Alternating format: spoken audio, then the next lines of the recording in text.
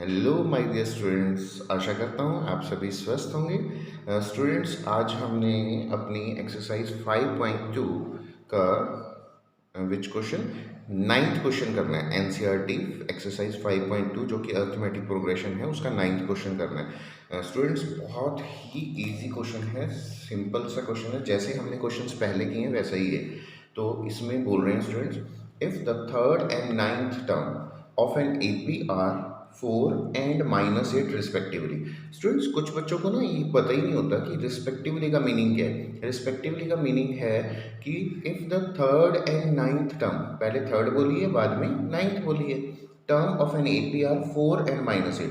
तो ये थर्ड वाली तो है 4 और नाइन्थ टर्म जो है -8 है। ये रिस्पेक्टिवली का मतलब होता है। तो कहते हैं if the third and ninth term of an AP are 4 and -8, which term of the AP is 0। तो 0 कौन सी वाली टर्म होगी? तो हम इसमें ना सपोज करते हैं, let a be the first term. मान लेते हैं उस एपी की जो ए है वो फर्स्ट टर्म है sorry, and d is the common difference of an AP, और डी जो है उसका कॉमन डिफरेंस है एपी का। तो as a n is equal to a plus n minus one into d, ये हमारा फॉर्मूला होता है। तो अब उन्होंने कहा थर्ड टर्म 4 है, तो A3 would be equal to A plus 2D is equal to 4, ये 4 के इक्वल ले लिया।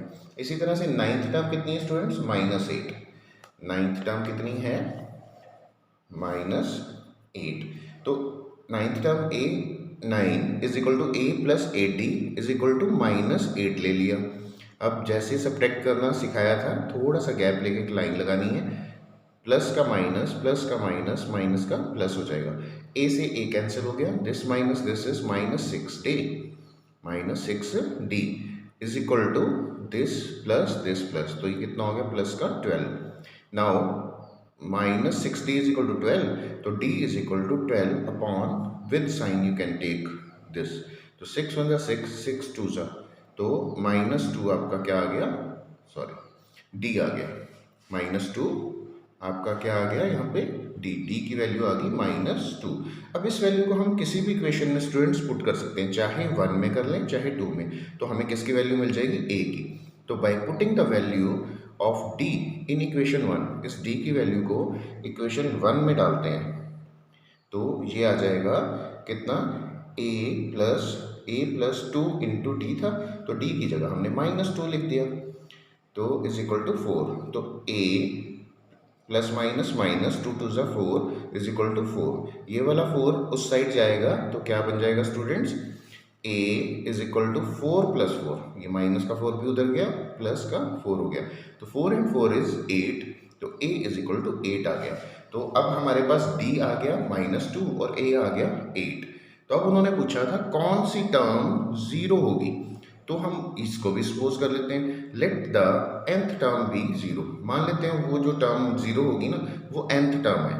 तो nth टर्म का फॉर्मूला क्या होता है? A n is equal to a plus n minus one into d. तो ये हमने 0 सपोज की है nth टर्म, तो इज इक्वल टू 0 लगा देंगे। अब 0 लगा लिया, यहाँ a की और यहाँ d की वैल्यूज हमारे पास हैं, इनको हम यहाँ फिल करेंगे तो हमें n की वैल्यू मिल जाएगी। कितना आसान क्वेश्चन है। तो यहाँ पे अब इसको वैल्यूज को पुट करते हैं। a की वैल्यू पुट करनी है 8 और n-1 इंटू डी की जगह लिखना है -2, तो यहाँ -2 आ गया इज इक्वल टू 0। तो 8, अब इसको -2 को अंदर मल्टीप्लाई करेंगे, -2 into n -2n and this minus minus +2 is equal to 0। तो 8 and 2 is 10, -2n is equal to 0।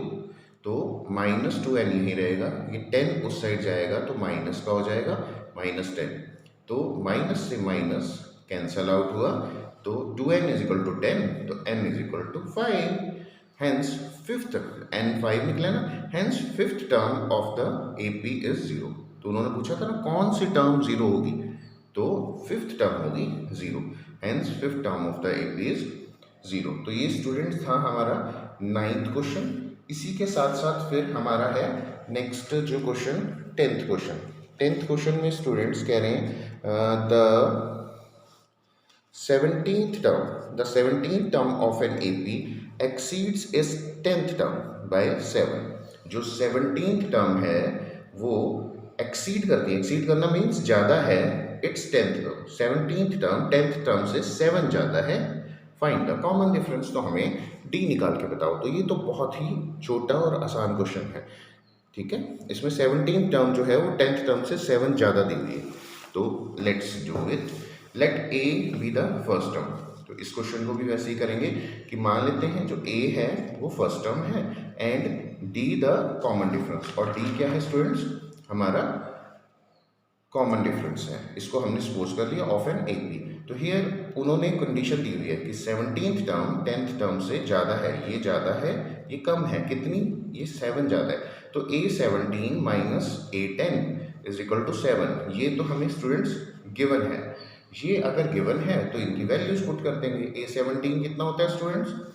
A17 होता है A plus 16D। It is A plus 16D होता है माइनस A10 था, माइनस A10 कितना है? A plus 9D। A plus 9D आ गया is equal to 7। ये हमें उन्होंने कंडीशन दी थी, उसमें हमने A17 की वैल्यू डाल दी और A10 की वैल्यूज डाल दी स्टूडेंट्स। तो A प्लस 16D, माइनस का साइन बाहर है तो साइंस चेंज हो जाएंगे, minus A minus 9D is equal to 7। Now this A minus का प्लस से कैंसिल हो जाएगा, तो 16D minus 9D is how much? 7D is equal to 7। तो D is equal to 1। 7D is equal to 7, तो D is equal to 1।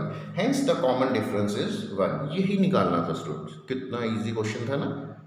यही question निकालना था कि D की वैल्यू निकालो। तो यहाँ से शुरू हुआ और यहाँ खत्म भी हो गया। ऐसे ही स्टूडेंट्स नेक्स्ट क्वेश्चन है 11th। Which term of an AP this 3, 15, 27, 39 will be 132 more than its 54th term। कौन सी टर्म, इस एपी की कौन सी टर्म 132 ज़्यादा होगी 54th टर्म से? 132 ज़्यादा होगी 54th टर्म से। तो this is also very easy question. क्या स्टार्ट करना है स्टूडेंट्स? सबसे पहले हमें करना है a equal to 3।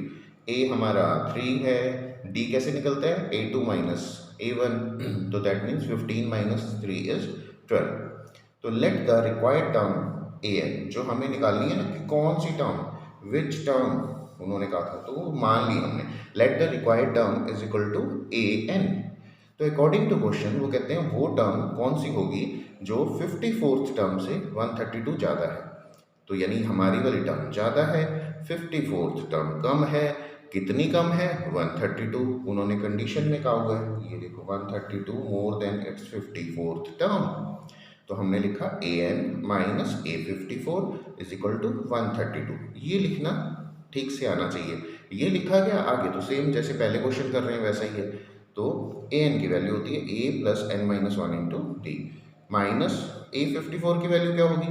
a plus 54 minus 1 into d is equal to 132। तो ये क्या हुआ? a की वैल्यू हमें 3 है हमारी और d की कितनी है? 12। तो यहाँ a की जगह 3 डाला और d की जगह 12 डाला, तो ये आ गया माइनस a की जगह 3 डाला, 54 माइनस 1 इज 53, d की जगह 12 डाला इज इक्वल टू 132। तो इसके बाद क्या होगा स्टूडेंट्स? इसके बाद यहाँ पे 3 आ गया, इस n माइनस 1 इंटू 12। अब ये माइनस है, पहले ब्रैकेट के अंदर का सॉल्व करते हैं स्टूडेंट्स। तो ये 3 आ गया प्लस 53 इंटू 12 होता है 636, ठीक है, इज इक्वल टू 132। तो अब ये 3 एज इट इज आ गया। 12 को स्टूडेंट्स अंदर मल्टीप्लाई करेंगे, आ जाएगा 12n माइनस 12n माइनस 12। तो ये माइनस का साइन बाहर था तो अंदर ब्रैकेट को खोला तो ये माइनस का 3 हो गया और ये माइनस का 636 हो गया इज इक्वल टू 132। अब ये इस इक्वेशन में स्टूडेंट्स ध्यान से देखो, ये प्लस का 3 है और ये माइनस का 3 है, ये कैंसिल हो गए। अब ये 12n यहाँ आ गया, बाकी सब विदाउट n वाले हैं, उनको सबको हम उस साइड में ले जाएंगे। तो ये 12 उस साइड गया, प्लस का हो गया माइनस से, ये माइनस का 363 प्लस का हो गया और ये तो था ही इज इक्वल टू इस साइड। तो students 12n is equal to this plus this, मेरा 780 आ गया। अब n 12n is equal to this, तो n कितना होगा? 780 अपॉन 12। कटिंग की 12 6 72, 78 के नीचे 72 आएगा, 6 आएगा, 60 आया, 12 5 सा 60, तो 65 हमारा कटिंग होके आ गया।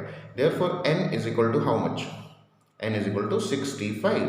तो hence 65th term will be 132 more than its 54th term. तो जो उन्होंने पूछा था ना कौन सी टर्म 132 ज़्यादा होगी 54th टर्म से, तो हमने उसी की लाइन में लिख दिया जैसे उन्होंने स्टेटमेंट में दिया था। hence 65th term will be 132 more than its 54th term।